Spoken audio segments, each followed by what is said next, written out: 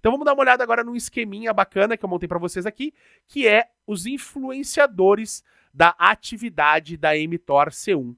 O que vai ativar, o que vai fazer com que a gente consiga realizar esse tipo de trabalho, né? Esse tipo de ativação bacana da hipertrofia. Então eu tenho 4 pontos. Eu tenho alta quantidade de oxigênio, alta quantidade de energia, baixa quantidade de energia e baixa quantidade de oxigênio. O que acontece quando eu tenho muito oxigênio e muita energia?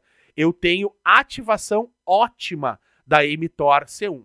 Então, quando eu tenho uma capacidade aeróbica boa no meu organismo, eu tenho alta concentração de oxigênio, eu consigo produzir muito ATP através dessas vias de oxigênio. Se eu disponibilizo carboidrato, se eu disponibilizo proteínas e gorduras boas, eu tenho alta quantidade de energia.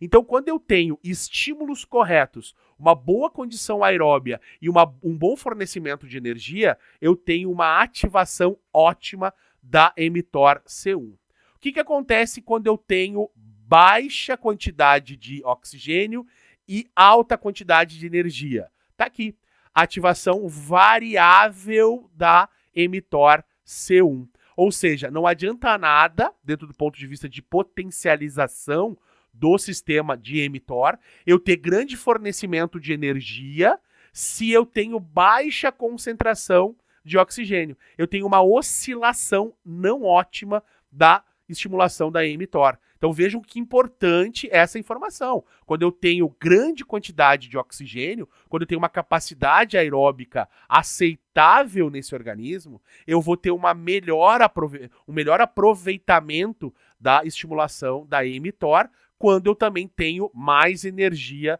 disponível. Quando eu tenho alta quantidade de energia, mas tenho menos capacidade aeróbica, tenho menos condição aeróbica, a ativação da mTOR fica variável. O que acontece agora quando eu tenho, por exemplo, baixa quantidade de oxigênio e baixa energia?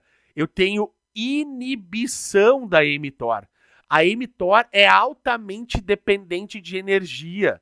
Então, se eu tenho baixa quantidade de oxigênio, mas grande quantidade de energia, ela ainda fica no intermediário de ativação. Mas quando eu tenho baixo oxigênio e não tenho energia suficiente, eu tenho inibição da mTOR-C1.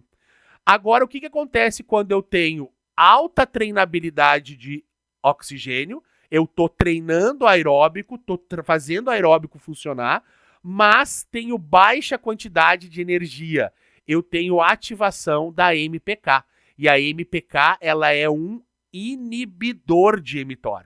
Então, a adenosina monofosfato quinase, ela é uma inibidora da síntese de proteína muscular.